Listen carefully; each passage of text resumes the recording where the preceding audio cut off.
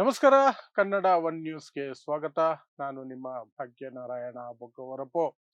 ಯಾರಾದರೂ ಒಬ್ಬ ವ್ಯಕ್ತಿ ಕುಡಿದ ಮತ್ತಿನಲ್ಲಿ ಎಸಿ ಕೋಚಲ್ಲಿ, ರೈಲಿನ ಎಸಿ ಕೋಚ್ನಲ್ಲಿ ಪೂರ್ತಿ ಬೆತ್ತಲೆಯಾಗಿ ಮಹಿಳೆಯ ಮುಂದೆ ಮೂತ್ರ ವಿಸರ್ಜನೆ ಮಾಡಿದ್ರೆ ಅಂತಹ ವ್ಯಕ್ತಿಯನ್ನ ಏನಂತ ಕರೀಬೇಕು ಮತ್ತೆ ಆತನಿಗೆ ಎಂತಹ ಶಿಕ್ಷೆ ಕೊಡಬೇಕು? ನೀವೇ ಯೋಚನೆ ಮಾಡಿ. ದೊಡ್ಡ ಶಿಕ್ಷೆನೇ ಆಗಬೇಕು ಅಲ್ವಾ? ಇಡೀ ಸಮಾಜದಲ್ಲಿ ಆತನಿಗೆ ಛೀಮಾರಿ ಹಾಕಬೇಕಾಗತ್ತೆ, ಚೀತು ಅಂತ ಉಗಿಬೇಕಾಗತ್ತೆ.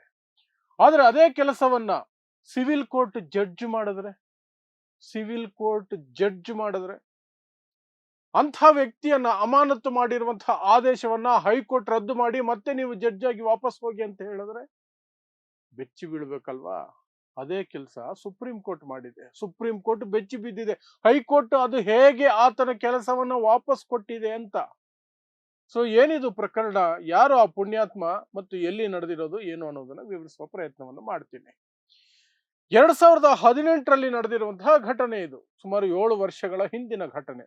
ಅಲ್ಲಿ ಇಂಡೋರ್ ಮತ್ತು ಜಬಲ್ಪುರ್ ನಡುವೆ ಹೋಗ್ತಿದ್ದಂತಹ ಒಂದು ಎಕ್ಸ್ಪ್ರೆಸ್ ರೈಲು, ಮಧ್ಯಪ್ರದೇಶದ ಇಂದೋರ್ ಮತ್ತು ಜಬಲ್ಪುರ್ ನಡುವೆ ಹೋಗ್ತಿದ್ದಂತಹ ಎಕ್ಸ್ಪ್ರೆಸ್ ರೈಲು. ಆ ರೈಲಿನ ಎಸಿ ಕೋಚ್ನಲ್ಲಿ ಒಬ್ಬ ಜಡ್ಜ್, ಸಿವಿಲ್ ಕೋರ್ಟಿನ ಜಡ್ಜ್.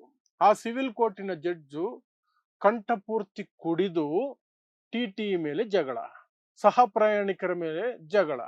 ಅದು ವಿಕೋಪಕ್ಕೆ ಹೋಗಿ ಆ ವ್ಯಕ್ತಿಯನ್ನ ಕಂಟ್ರೋಲ್ ಮಾಡೋದಕ್ಕೆ ಪ್ರಯತ್ನ ಪಟ್ಟಾಗ ಪೂರ್ತಿ ಬೆತ್ತಲೆಯಾಗಿ ನಿಂತ್ಕೊಂಡು ಮಹಿಳೆಯ ಮುಂದೆ, ಮಹಿಳೆಯ ಸೀಟಿನ ಮೇಲೆ ಮೂತ್ರ ವಿಸರ್ಜನೆ ಮಾಡಿದಾನೆ ಆ ಪುಣ್ಯಾತ್ಮ, ಸಿವಿಲ್ ಕೋರ್ಟ್ ಜಡ್ಜು ಆ ವ್ಯಕ್ತಿ. ಅಲ್ಲಿಗೆ ಸಹ ಪ್ರಯಾಣಿಕರು ತಲೆ ಕೆಡಿಸ್ಕೊಂಡು ಟ್ರೈನ್ ಚೈನ್ ಅನ್ನ ಎಳೆದಿದ್ದಾರೆ. ಟ್ರೈನ್ ಚೈನ್ ಇಳಿದ ತಕ್ಷಣನೇ ಅವರನ್ನ ಪಿಪರಿಯಾ ಅನ್ನುವಂತಹ ಜಾಗದಲ್ಲಿ, ಆ ರೈಲ್ವೆ ಸ್ಟೇಷನ್ ಅಲ್ಲಿ ರೈಲ್ವೆ ಪೊಲೀಸರು ಬಂಧಿಸಿ ಕರ್ಕೊಂಡು ಹೋದ್ರು. ಸೆಕ್ಷನ್ 145 ರೈಲ್ವೆ ಆಕ್ಟ್ ಪ್ರಕಾರ ಸೆಕ್ಷನ್ 145 ಅವರಿಗೆ ಕೇಸ್ ಬಿತ್ತು. ಆ ನಂತರ ಡಿಪಾರ್ಟ್ಮೆಂಟಲ್ ಎನ್ಕ್ವೈರಿನೂ ಆಯ್ತು. ಅದು ಬೇಲೇಬಲ್ ಕೇಸ್ ಆಗಿರೋದ್ರಿಂದ ರೈಲ್ವೆ ಪೊಲೀಸರು ಬೇಲ್ ಕೊಟ್ಟು ಕಳಿಸಿದ್ರು. ಸೊ ಈ ಪ್ರಕರಣ ಎಲ್ಲ ಕಡೆ ಗೊತ್ತಾದ ತಕ್ಷಣನೇ ಈ ಜುಡಿಷಿಯಲ್ ಸಿಸ್ಟಮ್ ಅಲ್ಲಿ ಡಿಪಾರ್ಟ್ಮೆಂಟಲ್ ಎನ್ಕ್ವೈರಿ ಆಯ್ತು, ಏನ್ ನಡೀತು ಅಂತ. ಸೊ ಎರಡೆರಡು ಎನ್ಕ್ವೈರಿಗಳು ಒಟ್ಟೊಟ್ಟಿಗೆ ನಡೀತಾ ಇತ್ತು. ಒಂದು ರೈಲ್ವೆ ಇಲಾಖೆಯಲ್ಲಿ ಎನ್ಕ್ವೈರಿ, ಈ ಕಡೆ ಜುಡಿಷಿಯಲ್ ಏನಿದೆ ಡಿಪಾರ್ಟ್ಮೆಂಟ್ ಏನಿದೆ ಅಲ್ಲಿಯೂ ಎನ್ಕ್ವೈರಿ.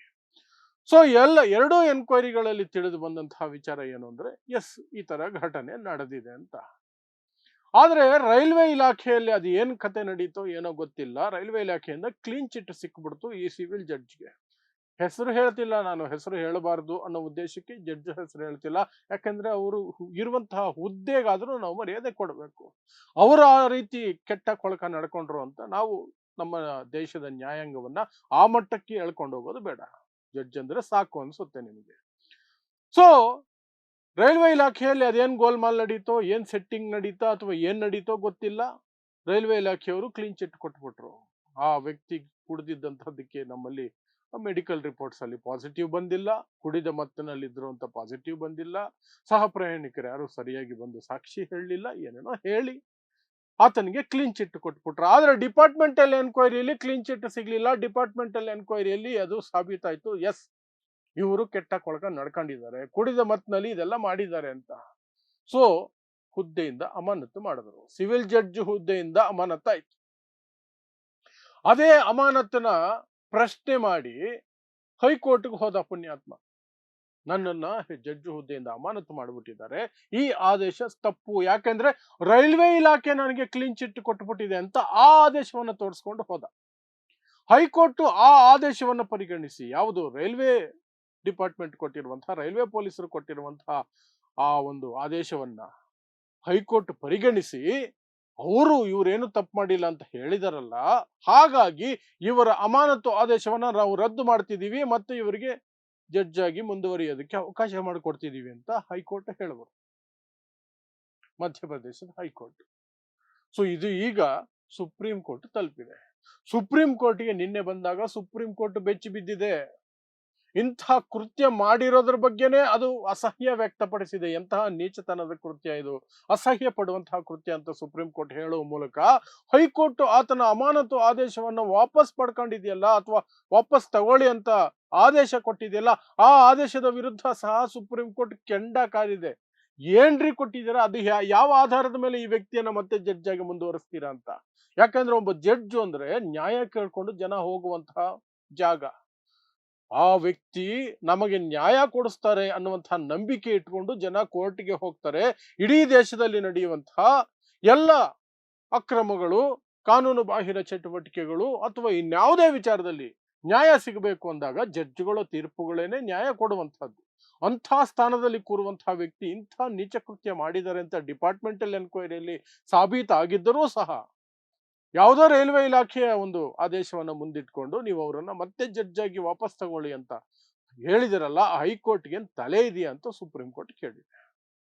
ಯಾವ ಆಧಾರದ ಮೇಲೆ ಈ ರೀತಿ ಆದೇಶವನ್ನು ಕೊಟ್ಟಿದ್ದಾರೆ, ನಾವು ಆ ಹೈಕೋರ್ಟ್ನ ಆದೇಶವನ್ನ ರದ್ದು ಮಾಡ್ತಿದ್ದೀವಿ ಅಂತ ಸುಪ್ರೀಂ ಕೋರ್ಟ್ ಹೇಳಿದೆ. ಈಗ ರದ್ದು ಮಾಡಿ ಬಿಸಾಕಿದೆ.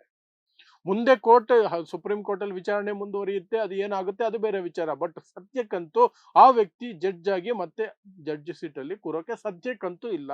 ಅದಕ್ಕೆ ಹೈಕೋರ್ಟ್ ಅವಕಾಶ ಮಾಡಿಕೊಡ್ತು, ಸುಪ್ರೀಂ ಕೋರ್ಟ್ ಅದಕ್ಕೆ ಅವಕಾಶ ಮಾಡಿ ಕೊಟ್ಟಿಲ್ಲ. ಸೊ ಮುಂದೇನಾಗುತ್ತೆ ಗೊತ್ತಿಲ್ಲ. ಆದ್ರೆ ನಾವೆಲ್ಲರೂ ಸಹ ನಾಚಿಕೆ ಪಡಬೇಕಾದಂತಹ, ಅಸಹ್ಯ ಪಡಬೇಕಾದಂತಹ ವಿಚಾರ ಅಂದ್ರೆ ಜಡ್ಜ್ ಅನ್ನುವಂತಹ, ನ್ಯಾಯಾಧೀಶರು ಅನ್ನುವಂತಹ ಸ್ಥಾನದಲ್ಲಿ ಕೂರುವಂತಹ ವ್ಯಕ್ತಿಯು ಸಹ ಇಂತಹ ನೀಚ ಕೃತ್ಯದಲ್ಲಿ ಪಾಲ್ಗೊಳ್ತಾರೆ ಅಂತ ಅದು ಡಿಪಾರ್ಟ್ಮೆಂಟಲ್ ಎನ್ಕ್ವೈರಿಯಲ್ಲಿ ಹೋಗಿ ಸಾಬೀತಾಗುತ್ತೆ ಅನ್ನೋದಾದ್ರೆ, ಡಿಪಾರ್ಟ್ಮೆಂಟಲ್ ಎನ್ಕ್ವೈರಿಯಲ್ಲಿ ಅದು ಸಾಬೀತಾಗಿದೆ. ಮತ್ತು ಯಾವುದೇ ಜಡ್ಜ್ ಪ್ರಯಾಣ ಮಾಡಬೇಕಾದ್ರೆ ನ್ಯಾಯಾಂಗ ವ್ಯವಸ್ಥೆಗೆ, ಕೋರ್ಟಿನ ಏನ್ ಅಡ್ಮಿನಿಸ್ಟ್ರೇಷನ್ ಇರುತ್ತೆ ಅದಕ್ಕೆ ಮಾಹಿತಿ ಕೊಡಬೇಕು. ಆ ಮಾಹಿತಿಯನ್ನು ಕೊಟ್ಟಿಲ್ವಂತೆ. ತಾನಾಗಿ ತಾನೇ ಜರ್ನಿ ಮಾಡಿರುವಂತಹದ್ದು ಏನೇನೋ ಬಂದಿದೆ ಅದರಲ್ಲಿ. ಅದೆಲ್ಲವನ್ನು ಪರಿಗಣಿಸಿಯೇ ಡಿಪಾರ್ಟ್ಮೆಂಟಲ್ ಎನ್ಕ್ವೈರಿಯಲ್ಲಿ ಅವರನ್ನ ದೋಷಿ ಅಂತ ಪರಿಗಣಿಸಿ ಅಮಾನತು ಮಾಡಿರೋದು. ಅಷ್ಟೆಲ್ಲಾ ಮಾಡಿದ ವ್ಯಕ್ತಿಗೆ ಹೈಕೋರ್ಟ್ ಓಕೆ ಮಾಡಿದ್ದು ದುರಂತ, ನಿಜವಾಗ್ಲೂ ದುರಂತ. ಬಟ್ ಸುಪ್ರೀಂ ಕೋರ್ಟ್ ಏನೋ ಒಂದು ಮಾಡೋದಕ್ಕೆ ಹೊರಟಿದೆ. We will hope supreme court ನ್ಯಾಯ ಒದಗಿಸುತ್ತೆ ಅಂತ ನಾವು ಒಂದು ನಿರೀಕ್ಷೆ ಇಟ್ಕೊಳ್ಬಹುದು. ಆದರೆ ನಾನು ಹೇಳದಂಗೆ ಸಮಾಜದಲ್ಲಿ ಅಷ್ಟು ದೊಡ್ಡ, ಅಷ್ಟು ಪವಿತ್ರವಾದ, ಅಷ್ಟು ಮುಖ್ಯವಾದ ಹುದ್ದೆಯಲ್ಲಿ ಇರುವಂತಹ ವ್ಯಕ್ತಿಯೂ ಸಹ ಈ ರೀತಿ ನಡ್ಕೊಳ್ತಾರೆ, ಅದಕ್ಕಿಂತ ಅಸಹ್ಯ ಇನ್ಯಾವುದೇ ಇರ್ಲಿಕ್ಕಿಲ್ಲ. ಸೊ ಇದಿಷ್ಟು ಮಧ್ಯಪ್ರದೇಶದ ಸಿವಿಲ್ ಜಡ್ಜ್ ಒಬ್ಬನ ಅಸಹ್ಯಕರವಾದಂತಹ ಘಟನೆ. ಅದು ಸುಪ್ರೀಂ ಕೋರ್ಟ್ ತಲುಪಿ ಸುಪ್ರೀಂ ಕೋರ್ಟೇ ಬೆಚ್ಚಿ ಬಿದ್ದಿರುವಂತಹ ಘಟನೆ. ಅದನ್ನ ವಿವರಿಸೋಣ ಅಂತ ನಿಮ್ಮ ಮುಂದೆ ಬಂದೆ. ಸೊ ನೋಡ್ತಾ ಇರಿ ಸಮಾಜಕ್ಕಾಗಿ ಕನ್ನಡ 1 ನ್ಯೂಸ್. ನಮಸ್ಕಾರ.